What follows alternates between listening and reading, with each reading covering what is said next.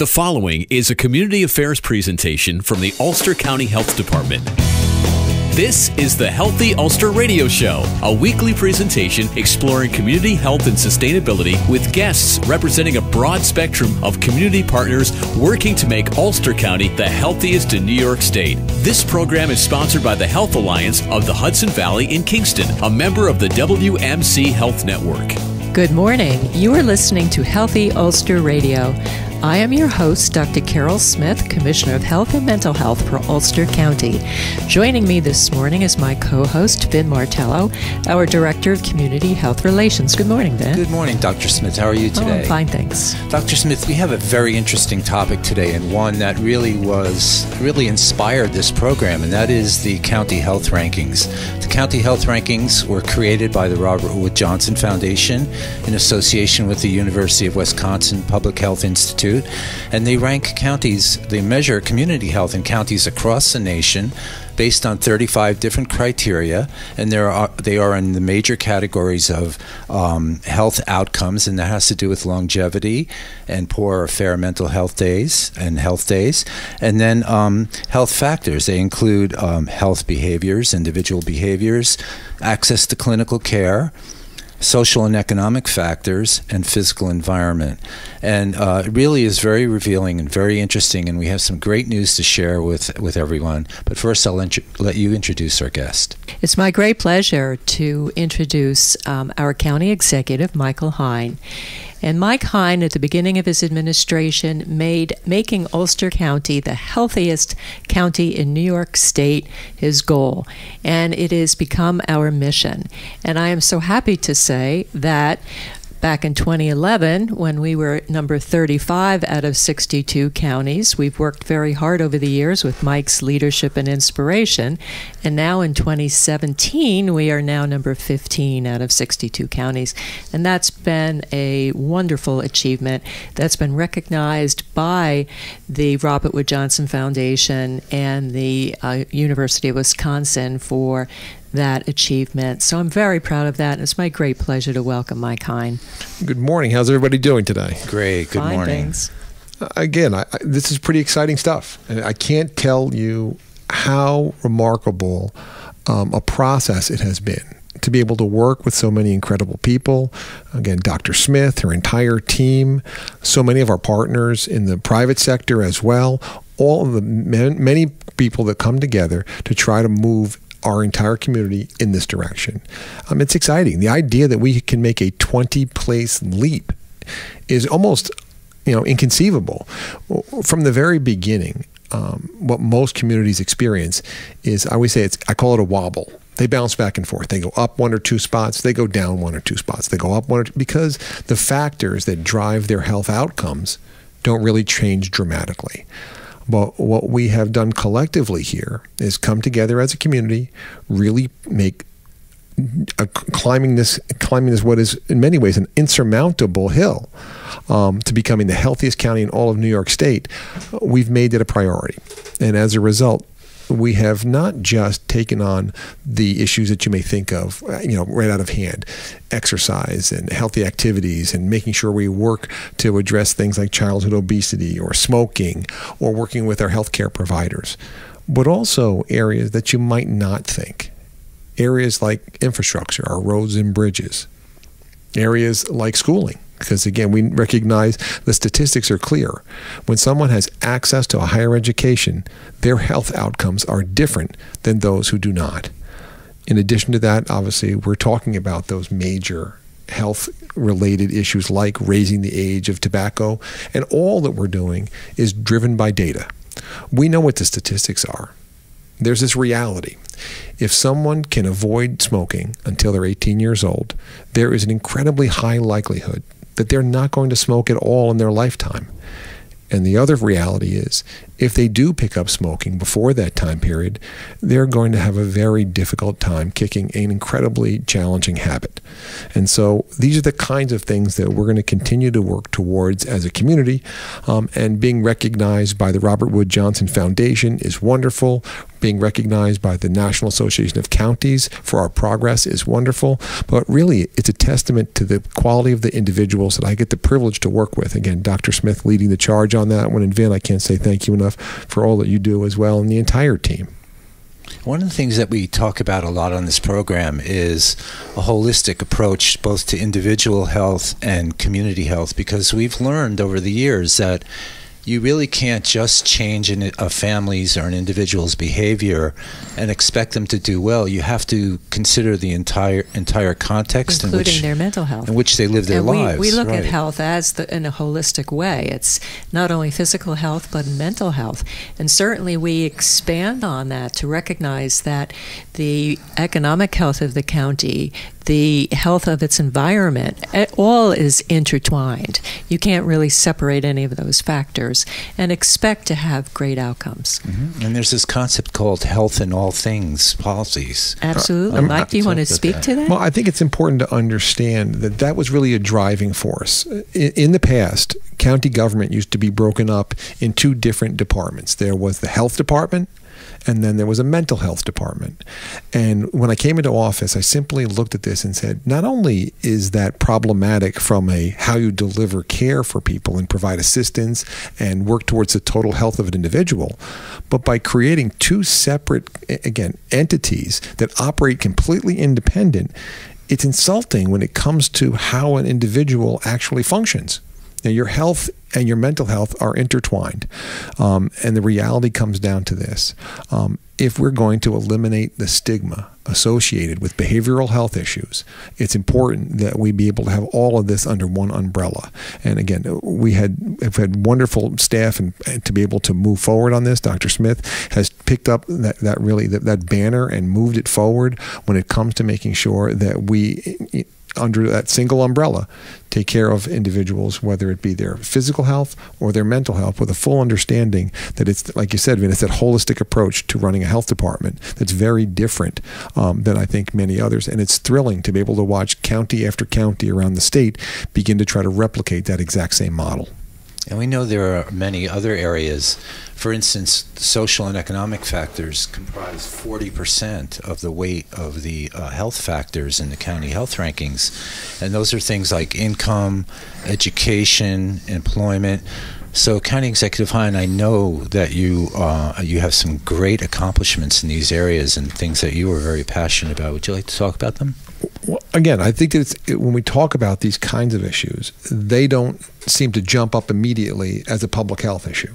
When you talk about working to lower the unemployment rate, again, Ulster County, when we first came into office back in 2009, our unemployment rate was approximately 8%, slightly over 8%. And now it's roughly half of that. Now, that doesn't mean that we don't have more work to do, but the truth of the matter is when you can impact those numbers to that degree, virtually halving the entire number, there's going to be long-term positive impacts on health outcomes. The same thing when it comes to, there's a STRIVE project that we've worked on. We looked in the city of Kingston and we said, this City of Kingston High School is an extraordinary place. Kingston Consolidated High School is an amazing place. But there is a truth, and that is that there are many students who have easy access to cars and the capacity to be able to access higher education at Ulster County's community college. And there are others who really struggle with their main means of transportation may be their feet or a bicycle. And so the idea of being able to access the Ulster County Community College easily and all the way out in Stone Ridge can be a real challenge. And so we set forth to really try to make this concept a reality. If you could walk to high school, you can walk to college. And so we took the former closed elementary school, Sophie Finn, did an enormous renovation project working with public and private funding. And we, again, in that process of leveraging those dollars, the reality is we did the whole thing with zero impact on local taxpayers. But there was an $8 million retrofit of that Sophie Finn Elementary School, and now it's an amazing, absolutely extraordinary facility that provides easy access to higher education for inner city youth. And that, again, that's a key component because it is a data-driven decision. We knew that if you provided greater access to higher education and you were able to do it in a cost-effective way, that you could really find a way to improve health outcomes for everyone. And that's a clear example of some of those things you might not think of that directly link back to the overall public health. I know, and when we featured the STRIVE project in our Robert Wood Johnson Foundation Culture of Health Prize application, they were very excited about that because they understood the connection. I mean, they really understood the connection between education, educational attainment, and health and community health. And really, that school sits in the heart of Midtown Kingston, which has some of the poorest health outcomes anywhere in the county.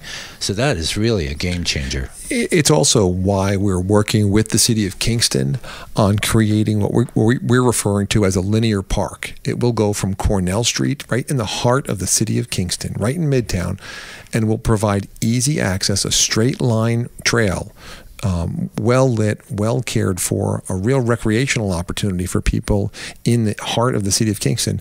But probably more importantly, from an environmental justice perspective, it will provide easy access to low-cost, high-quality food for everyone. It's a direct path that takes you to the only supermarket in the city of Kingston. And so we're excited about what that can mean too. And over the next 18 months to 2 years, that will come to fruition and be a reality right here in the city of Kingston. So again, we're very excited about what those kinds of things can mean when you're talking about access to low-cost, high-quality food and how that can impact families all across the community. And our farmers market too. Sure. Right there in Kingston. And that's another area that really has come into play here is that connecting of Ulster County's agricultural community, which is substantial. And getting that fresh Vin, produce. I think you make a very valuable point. The agricultural part of our economy is over $500 million, and it always has been. It's a historical component of what really makes up Ulster County's economy. It's a spectacular place. We make some of the best and freshest food you're going to find any place on planet Earth. It happens right here, right in Ulster County. But the reality is also, it's difficult for everybody to gain access to that fresh food and that incredibly bountiful harvest. And so what we're looking to do is to make sure with these kinds of things like this linear park and like access to farmers markets that everybody can share in this high quality food that can make such a huge difference in the overall quality of their life and longevity. And I think this community, through the Farm Fresh program, distributed over 32 tons of fresh produce to food pantries, 37 food pantries throughout Ulster County. And that was really a spectacular merging of agriculture and needs and economic development.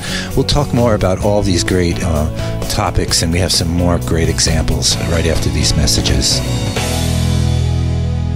Investing in you means bringing leading specialists here to care for you. That's why we're pleased to announce that Dr. Michael Moskowitz has joined the growing surgical team here at Health Alliance, a member of the Westchester Medical Center Health Network. Dr. Moskowitz brings surgical excellence to the Hudson Valley, and he'll have access to the additional respected expertise that only comes from being part of WMC Health, the area's largest and leading health network. Dr. Michael Moskowitz. Another way we're investing in you and advancing care here. Visit hahv.org for more. Welcome back. You are listening to Healthy Ulster Radio. Our special guest today is our County Executive, Mike Hein. And Mike has given us a lot of information about what he has done over the course of his administration to so markedly improve the well-being of the county. Mike, could you tell us about the Patriots Project and how that now is impacting the issue of homelessness, especially among our veterans in Ulster County? I mean, I think as we talk about health and health-related issues and health outcomes here on the show, I think it's important to understand that those kinds of concepts inform virtually every decision that we make. One of the decisions that we made a long time ago was that we wanted to put an end to homelessness among our veterans population. ultimately with the goal of putting an end to homelessness across the board. But clearly, for those people who have served our country and fought for our freedoms, the idea of them sleeping under a bridge was just simply, it was so disgraceful. It was something that we simply wouldn't stand for. And so with the Patriots Project, that was done with an incredible number of partners in our community and came together so overwhelmingly well. The idea of bringing services to an individual in a transitional housing situation, addressing really serious challenges like PTSD or substance abuse or a series of other challenges, and then putting someone in a position where they had an opportunity to really succeed and have much better health outcomes personally, has clearly made a huge difference throughout our community. So it's one of those areas that you're talking about individuals who used to need and be an extraordinary draw on services. They would be in the emergency room on a very regular basis. There would be a series of calls, whether it be through our fire departments or through EMS and a whole host of others. The reality is, by addressing these kinds of challenges that we're facing them, we now have been transformative, not just in health rankings or health outcomes, but in their lives. And I think that's the most important part. It's about making a difference in someone's lives. And so we feel very fortunate and blessed that the Patriots Project has been so successful, and it really is a testament to the kind of community that we have.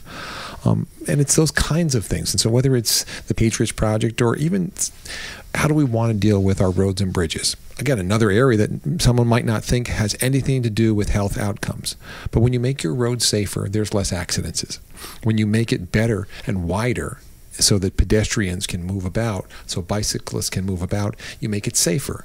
When you work and address areas around school zones, you really can be impactful, because the idea, obviously, of a child being harmed in an area where, with some simple and straightforward and in many senses common sense improvements to the infrastructure around schools all across this county, and that's what we have thrown a lot of resources behind. Again, we've invested $46 million over the last 3 years into making sure our roads and bridges are better and safer, and not just simply replaced with what they used to be, but they're wider and safer, again, with the clear understanding that it's better for a lot of the non-motorized transportation as well that is utilizing them, and that is increasing each and every year. So we're very excited about what that process has meant.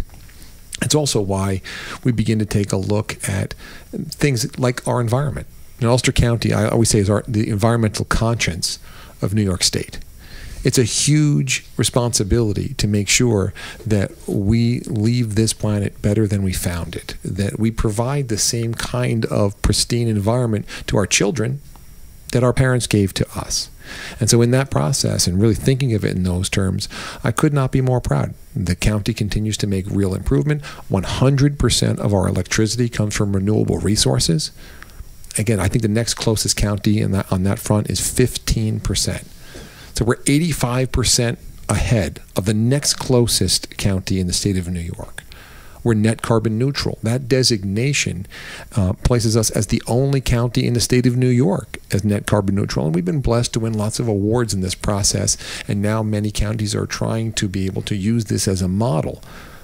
But to highlight what it means to everyday citizens, it means clean air and clean water and a better community for you to be able to raise your children and to have, again, what we think is the finest place anywhere to live, work, and raise a family. That concept means something to us in this process, and it's mattered to other people as well. It's why National Geographic reached out to Ulster County and simply said, show us how you're doing this. You're making these huge strides that we'd love to be able to highlight for other communities across the country. And so they featured Ulster County in the centerfold of the National Geographic in the December issue. I mean, again, we could not have been more proud or pleased, because it's really the way of recognizing so many individuals and so many partners that we've had the pleasure of working with on projects that you might not think much about. Like, we're in the process of putting utility scale solar project on what was formerly a landfill in the town of Ulster.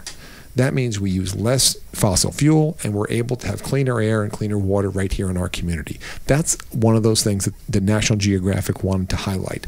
And when you get highlighted in places like National Geographic, there's a compound rippling effect. What that really means is this: you're talking about being highlighted as a county in front of 6.7 million readers around the world, 40 different languages. And so not only is it great to be able to highlight that for other communities to replicate, but it's also an extraordinary thing when it comes to Ulster County's tourism. We have a beautiful, incredible place for not only to live, but for visitors to come and enjoy. And that's a $500+ million part of our economy. So all of these things are intertwined, and that's very much how we look at it. We're excited about being recognized in National Geographic. We're excited about taking real steps to make a difference on our environment and to really build models that can be beneficial. And so whether it is things like the Patriots Project, or whether it's a trail system, or the Strive Project that really addresses making sure that access to higher education for inner city youth, we're continuing to try to put the kind of the focus on becoming a healthier community and making that really the heart of virtually every decision that we're making. And again, I think that speaks to what we collectively as a group are doing and what we're doing with the partners that we have every step of the way. And it's amazing how much community health is integrated into the concept of economic development. I remember doing a presentation to the Rotary Club on the county health rankings and community health and the links between that and economic development. They got it. They got it immediately that a healthier community is a better place to raise a family, to work, to live, but also to grow a business in, to relocate a business to. You see all of these young people moving up in New York City thanks to the county executive's leadership and encouraging them and supporting them. And, you know, people, they want to come to a place where the quality of life and there is great, and where the community really has a passion for health. That's a big plus. Yeah. I think that really the real question then is kind of what are next steps? You know, we're going to continue to strengthen the partnerships that we have with our healthcare providers. Again, as there's a transition in the local hospitals, we're going to continue to work there, all with the goal of providing, again, the best possible opportunity for great health outcomes right here in our own community. But we're also going to take on very serious issues. One of them is prescription drugs. You know, I'm a firm believer that our pharmacies should be taking back, especially our large chain pharmacies. They make billions of dollars selling pain medication. It's simply unconscionable that we find ourselves in a situation where someone can't bring back those very same unused pills to the same place that they bought them. And right now you can't. That's something that has to change. The large pharmacies have avoided this. That we're going to work with, again, continue to work with our state officials to hopefully get them to act. But as I've said, if they won't act, I'm going to work with the Ulster County Legislature, and I'll take whatever actions I can under the authority of the county executive to make sure that we get more of these opioids off the streets. Simply put, we have a wonderful program right now working with our police, but it's limited. Many people feel uncomfortable going into a police station to get rid of their unused prescription medications. We're trying to make sure that it is easy for someone's grandmother or grandfather to simply bring back the unused portion of their prescription drugs to the very same pharmacy that they purchased them in. And so we'll be working aggressively in this area over the course of the next year with the goal of trying to make this a reality. Because when we talk about being able to take unused medication off the streets, it's more than just it's a good idea. In many ways, it's a matter of life and death for our kids. You see, unused opioids and unused pain medication oftentimes becomes a gateway into the world of heroin. And so if we're going to keep more and more kids off of heroin, we have to be intelligent about how we go about that. And so one of the easiest and most straightforward and logical things that we can do is simply require national chain pharmacies who make billions against selling this medication to take back the very same medication, the unused portions that they sold in the first place. There needs to be an answer to that question, and we're going to be working on that going forward. Another thing that we're going to be working on is, again, we understand what the data says, and the data is very clear. If we can keep people from smoking in any way, shape, or form until they're 18 years old or older, we can make a significant impact on lifetime health. If we can keep someone from smoking, they're very likely not to smoke for the rest of their life. And if someone picks up smoking, you're talking about a reality check, and that is that smokers have much higher incidence of heart disease, cancer, stroke, things that are preventable and life-altering when they happen, not just for the individual, but for their families as well. And so one of the ways that we can help someone not enter into this situation, and this is something I'm going to be working with the Ulster County Legislature, and that is to change the age at which tobacco can be purchased to 21 in Ulster County. Again, this isn't a panacea. It won't solve every problem in any way, shape, or form, but we're going to continue to focus on the things that we can control, because if I can make sure that one family doesn't have to suffer the nightmare that comes with cancer or heart disease, again, or stroke, simply because it was an avoidable situation, a lifetime of smoking, if someone is saved from a lifetime of smoking, then we're going to do it. And so we're going to work with the legislature on those two key areas, as well as working with our partners to try to continue to climb these health rankings. Making a 20-place leap, it, again, is unheard of in the Robert Wood Johnson health rankings, and that's what Ulster County has done so far. We're going to continue to try to make these kinds of strides, as well as work with surrounding counties to assist them as well.